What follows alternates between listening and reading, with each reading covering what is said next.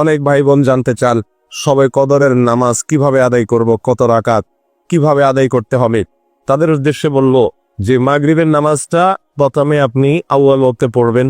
মেয়ে মানুষ হলে বাসায় নিজের জায়গা, পুরুষ হলে জামাতের সাথে ইফতার খেতে গিয়ে যেন জামাত ছুটে না যায়, তাকবীরুল্লাহ না ছুটে, সেদিকে খেয়াল করে আপনি যদি চান যে সবে কদরের নামাজ আপনি পড়বেন, তাহলে আপনাকে এই কাজটা করতে হবে। অর্থাৎ ইফতার করে দ্রুত এসে মাগরিব একবারে ইমামের সঙ্গে প্রথম তাকবীরের সাথে নামাজ পড়তে হবে।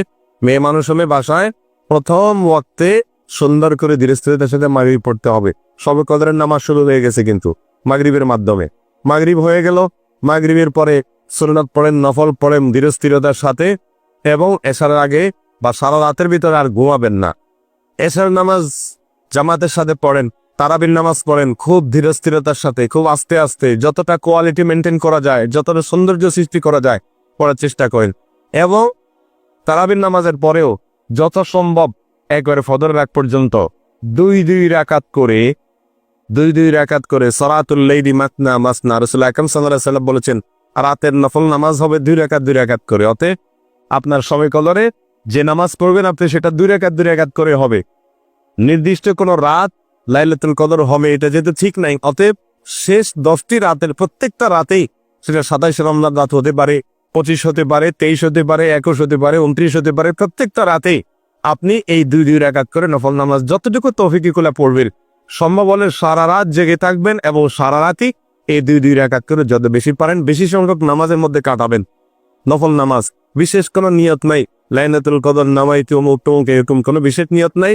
আল্লাহু আকবার বলে নিয়ত বেঁধে আপনি তাহাজ্জুদ পড়তেছেন, এই নিয়তে বাস নিয়ত বেঁধে হাত বেঁধে এরপরে আপনি সূরা ফাতিহা পড়ে, সাথে নির্দিষ্ট কোনো সূরা নাই যে লাইলাতুল কদরে অমুক সূরা এতবার পড়তে হবে। অনেকে আপনাকে বলবে লাইলাতুল কদরে এত রাকাত, প্রথম রাকাতে সূরা ফাতিহার পরে সূরা ইখলাস এতবার, দ্বিতীয় রাকাতে অমুক সূরা এতবার। এগুলো সবগুলা মন গড়া কথাবার্তা, কোরআন ও হাদিসের কোনো জাল হাদিসের কোনো কথাবার্তা নেই, এগুলো সম্পূর্ণ ভুয়া ভিত্তিহীন।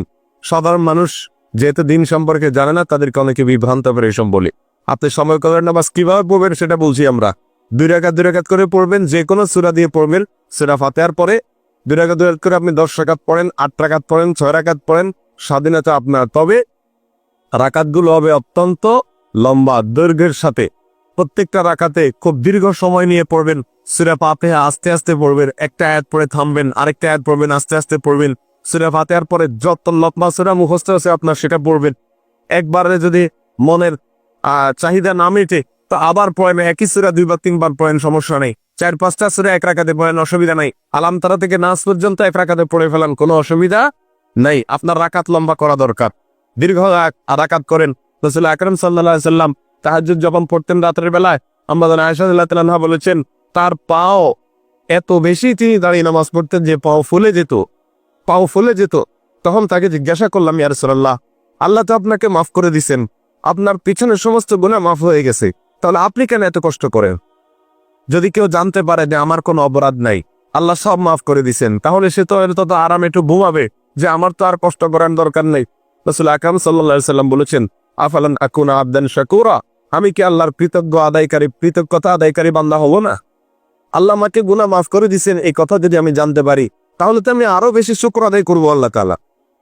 ও তারা হাজিরিন, এই জন্য লম্বা সময় নিয়ে তিনি তাহাজ্জুদ পড়তেন। তার তাহাজ্জুদের অবস্থা বর্ণনা করতে গিয়ে আম্মা আয়েশা বলেছেন, লা তাসআল আন হুসনিহিন্না ওয়া তুলিহিন্না, আল্লাহ রাসূলের রাতের নামাজের সৌন্দর্য, কোয়ালিটি, বিউটি, তার নামাজের যে দৈর্ঘ্য, এগুলো আর কি বলবো, এগুলো বলে বোঝানো যাবে না। যখন দাঁড়িয়ে কেরাত পড়তেন মনে হয় তিনি আর জীবনে রুকুতে যাবেন না, এত কেরাত পড়তেন, এত লম্বা সময় লেগে পড়তেন। যখন রুকুতে যেতেন এত তাসবিহ পড়তেন মনে হয় আর মাথা জীবনে উঠাবেন না। যখন মাথা উঠাতেন দাঁড়িয়ে আল্লাহর প্রশংসা শুধু করতেন, মনে হয় আর সিজদা যাবেন না। সিজদা গেলে সুবহান রাব্বিল আলা বলতে বলতে আল্লাহর প্রশংসা করতে করতে এত মজা পাইতেন, আল্লাহকে সামনে পেয়ে আল্লাহর প্রশংসা করে আর মনে হয় সিজদা থেকে উঠবেন না। হাদিসে রাসূল করিম সাল্লাল্লাহু আলাইহি ওয়াসাল্লাম বলেছেন, বান্দা যখন সিজদায় যায় তখন আল্লাহর সবচেয়ে কাছে চলে যায়। কেউ যদি চায় আল্লাহর আরশের দুয়ারে গিয়ে, আল্লাহর রহমতের চৌকাঠে গিয়ে, আল্লাহর আরশের দরজায় গিয়ে আল্লাহর কাছে সঙ্গে সঙ্গে মুখোমুখি হয়ে আল্লাহর কাছে চাইবে, তাহলে তার জন্য একমাত্র উপায় হলো সিজদায় গিয়ে যাও আল্লাহর কাছে। সিজদায় গিয়ে চাওয়া, আরশের রাস্তা উপরের দিকে, অনেক দূরের রাস্তা, কিন্তু একজন আল্লাহর প্রিয় বান্দা তিনি বলেছেন আল্লাহর আরশের রাস্তা নিচের দিকে অর্থাৎ জমিনে মাথা ঠুকাইলে আরশে পর্যন্ত পৌঁছে যায়, বান্দা আল্লাহ সবচেয়ে নিকটে চলে যায়। অতএব রাত্রে সেজদায় গিয়ে লম্বা সময় সেজদা নিয়ে সেজদায় আপনি তাজবি পাঠ করুন, সেজদায় কোরআন সে বর্ণিত দোয়াগুলো আপনার আল্লাহর কাছে বলুন, চাইতে থাকুন আল্লাহর কাছে, মনে মনেও চাইতে পারেন, তাজবি পড়তে পারেন। এভাবে লাইলাতুল কদরের রাতকে আপনি কাটায় দেন। লম্বা এক রাকাত নামাজ 10 মিনিট, 15 মিনিট, 20 মিনিট, আধা ঘন্টা সময় কাটায় দেন। এভাবে 2 রাকাত, 4 রাকাত, 6 রাকাত নফল নামাজ পড়েন। এটা হল লাইলাতুল কদরের নামাজ। বিশেষ কোনো সংখ্যা ঠিক করা হয় নাই, এত রাকাত করতে হবে, এই সূরা এত মার করতে হবে, এরকম করে নির্দিষ্ট করা হয় নাই। বরং আপনার যত খুশি আপনি পড়েন এবং কিছু সময় নামাজ পড়েন, কিছু সময় দোয়া করেন, কিছু সময় জিকির করেন, কিছু সময় তাসবিহ পড়েন, হ্যাঁ, কিছু সময় আল্লাহর কাছে কান্নাকাটি করেন, কিছু সময় কোরআন তেলাওয়াত করেন, হ্যাঁ, কিছু সময় আল্লাহর অপরাধের কথা স্বীকার করে, আল্লাহর কাছে অপরাধের কথা স্বীকার করে ক্ষমা চান। একা একা যথাসম্ভব নির্জনতা, দলবদ্ধভাবে ইবাদত করার কোনো গুরুত্ব নেই। যথাসম্ভব একা একা হারিয়ে যান, লুকিয়ে যান, বাসার সবার চোখ থেকে আড়াল হয়ে যান, সম্ভব হলে ছাদে চলে যান, গিয়ে আল্লাহর কাছে কান্নাকাটি করে চান। আল্লাহ আমাদের সবাইকে তৌফিক দান করুন। লাইলাতুল কদর আমরা কিভাবে কাটাবো, এ প্রসঙ্গে রাসূল আকরাম সাল্লাল্লাহু আলাইহি সাল্লামের জীবন চরিত করোনাবুল্লাহ নির্দেশনার আলোকে আমরা কয়েকটি পয়েন্ট বলতে চাই। প্রথম কথা হলো, লাইলাতুল কদর আপনি কাটাবেন সারা রাত জেগে থেকে। কারণ রাসূল করিম সাল্লাল্লাহু আলাইহি সাল্লাম রমাদানের শেষের দশকের প্রতিটি রাত জেগে থাকতেন। অতএব শেষের দশক তিনি জেগে থেকে কি তালাশ করতেন? লাইলাতুল কদর তালাশ করতেন।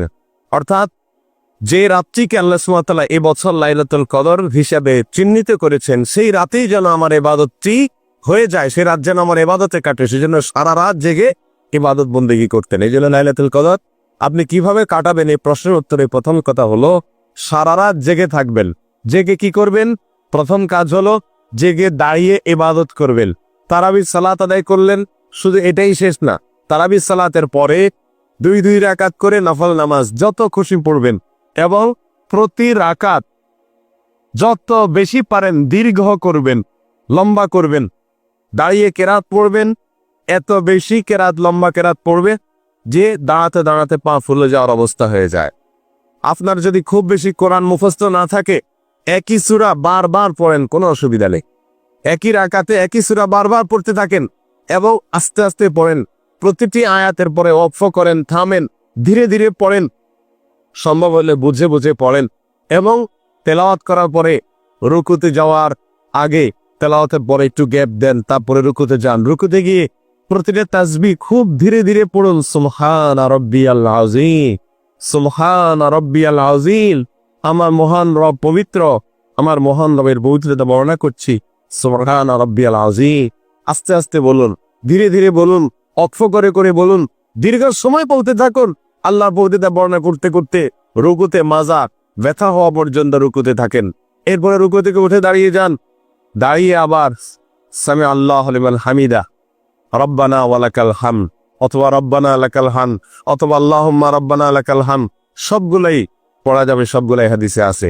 আপনি রুকু থেকে উঠে দাঁড়িয়ে এরপরে আবার দীর্ঘ সময় নিয়ে আমদান কাসীরান তাইয়িবান মুবারাকান ফি, আল্লাহর প্রশংসা করেন। কিছু না পড়তে পারলে দাঁড়িয়ে থাকেন, অন্তত 1-2 মিনিট দাঁড়ায় থাকেন। এরপরে আস্তে করে সেজদায় যান। সেজদায় আবার 2 মিনিট 3 মিনিট সময় নেন। আস্তে আস্তে সেজদাগুলোতে তাসবিহগুলো আস্তে আস্তে পড়ুন, দীর্ঘ সময় ধরে পড়তে থাকুন।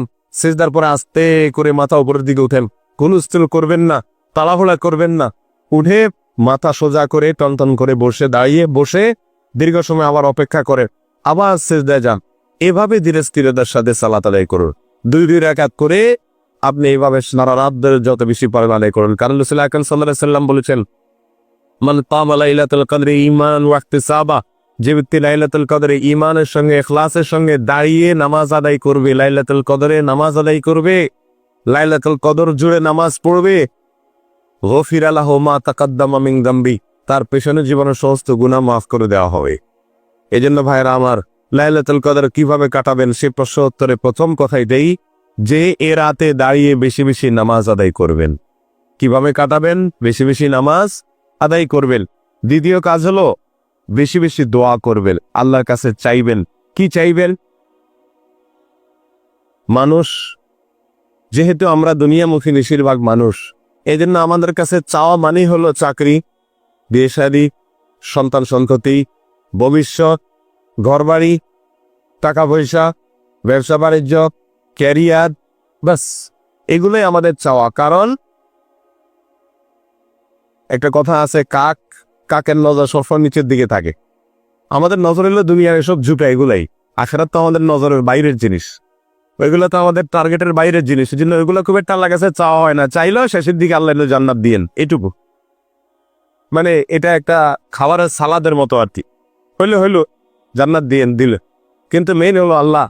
আল্লাহ জোয়ান মানুষ হলো আল্লাহ, কেরিয়ারটা করতে পারতেছি না, বিয়ে শাদী হচ্ছে না, যাতে করে ভালো একটা চাকরি হয় আল্লাহ, ব্যবসায় আল্লাহ যেন আরেকটা দোকান খুলতে পারি আল্লাহ, আর বাড়িওয়ালা আল্লাহ টট বাইর করে রাখছি আরেকটা সাপ আল্লাহ যেন করার তৌফিক হয় আল্লাহ। একটা হয়ে গেছে আল্লাহ, আরেকটা প্লট কিনে রাখছি, এখনো কাজ ধরতে পারছি না আল্লাহ, দেন কিছু ইট বালি সিমেন্টের টাকা দিয়ে দেন আল্লাহ, যেন একটা শুরু করতে পারি। ঠিক না বেটি? বাস ধান্দা একটাই।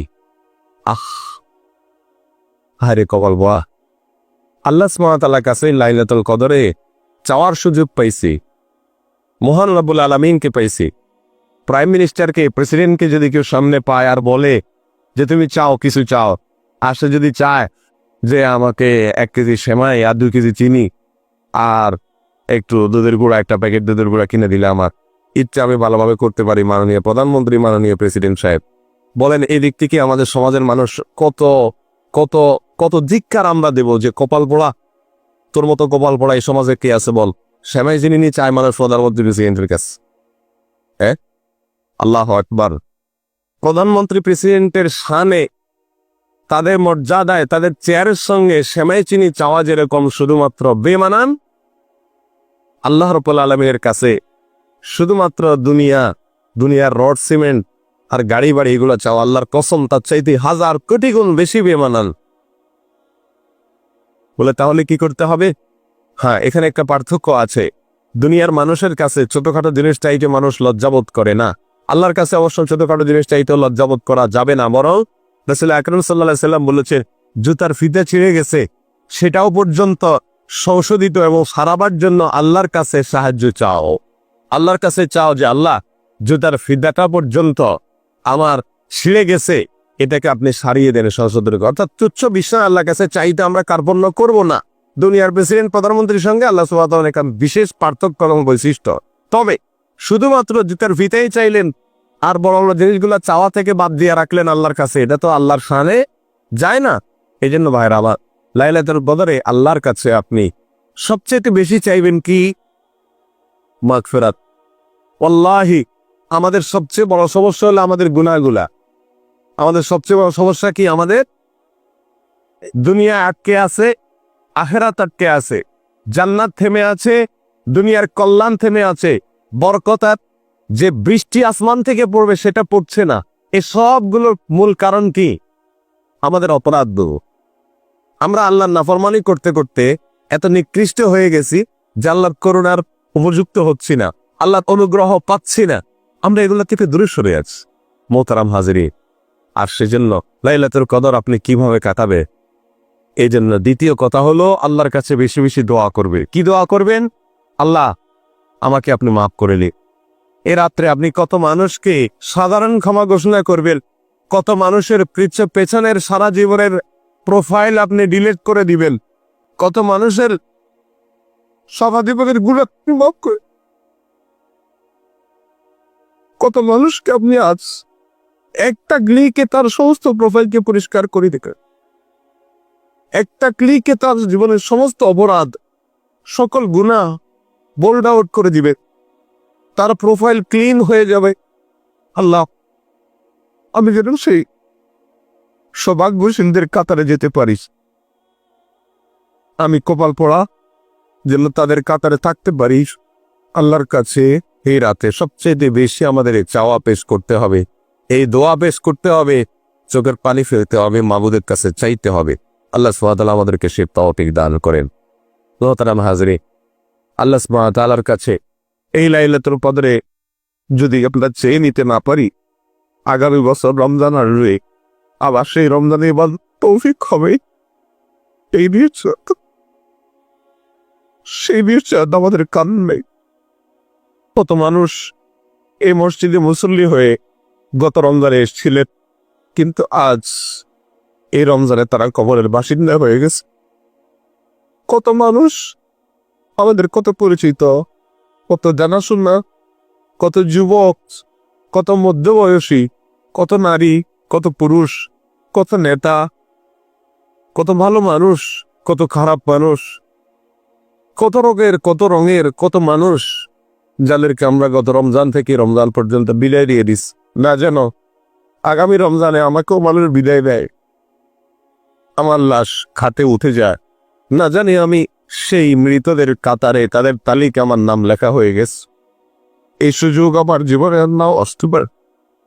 এই রমজান আমার জীবনের শেষ রমজান, এটা কি নিশ্চিত ধরে আর প্রতিটি রাতের প্রতিটি সেকেন্ডকে, প্রতিটি মুহূর্তকে চোখের পানি ফেলে একবারে অস্থির ফাঁসির আসামির মতো, দণ্ডাদেশ পাওয়া মানুষের মতো, পাগলের মতো ছটফট করতে থাকা, বাবাদের কাছে কাঁদতে থাকা, বাবাদের কাছে গিয়ে ছটফট করতে থাকা, পাগলের মতো ছোট বাক্সার মতো আল্লাহ কাছে কাঁদতে থাকা।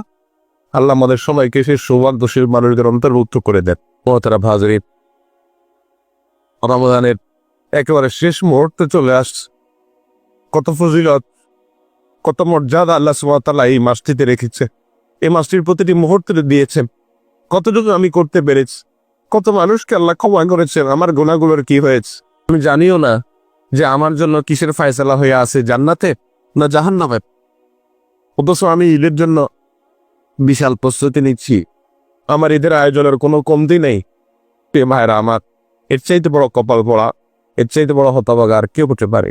এই জন্য রমাদানের শেষের মুহূর্তগুলোতে আল্লাহ সুবহানাহু ওয়া তাআলার ইবাদত বন্দেগীতে আরো বেশি আমরা মনোনিবেশে, আরো বেশি আল্লাহর কাছে চোখের পানি ফেলি এবং আরো বেশি আল্লাহর দিকে মনোযোগী হই। প্রতিটি রাতের প্রতিটি মুহূর্তকে কাজে লাগাই। আল্লাহ আমাদেরকে সেই তৌফিক দান করে। মোহতারাম হাজরিন, লাইলাতুল কদর আমরা কিভাবে কাটাবো বলছিলাম। তো দ্বিতীয় কথা হলো, এ রাতে আল্লাহর কাছে বেশি বেশি দোয়া করব, আল্লাহর কাছে বেশি বেশি মাফ চাইবো। আল্লাহ আমাকে মাফ করে দেন, আল্লাহ আমাকে কমল পড়াদের মধ্যে শামিল রাখেন না, আল্লাহ আমাদেরকে সৌভাগ্যবান মানুষদের কাতারে রাখেন। আল্লাহ ইমান নিয়ে যাওয়ার তৌফিক দেন, আল্লাহ জান্নাতি হয়ে যাওয়ার তৌফিক দেন, আল্লাহ চূড়ান্ত হাসি শেষ হাসি হাসার তৌফিক দিয়ে আল্লাহর কাছে চোখের পানি পেলে এগুলো চাইবো।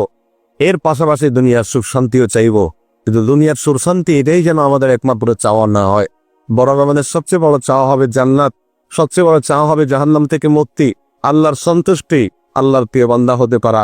আল্লাহ আমাদের সবাইকে সেই তৌফিক দান করুন। প্রিয় ভাইরা আমার, লাইলাতুল কদর কিভাবে কাটাবো?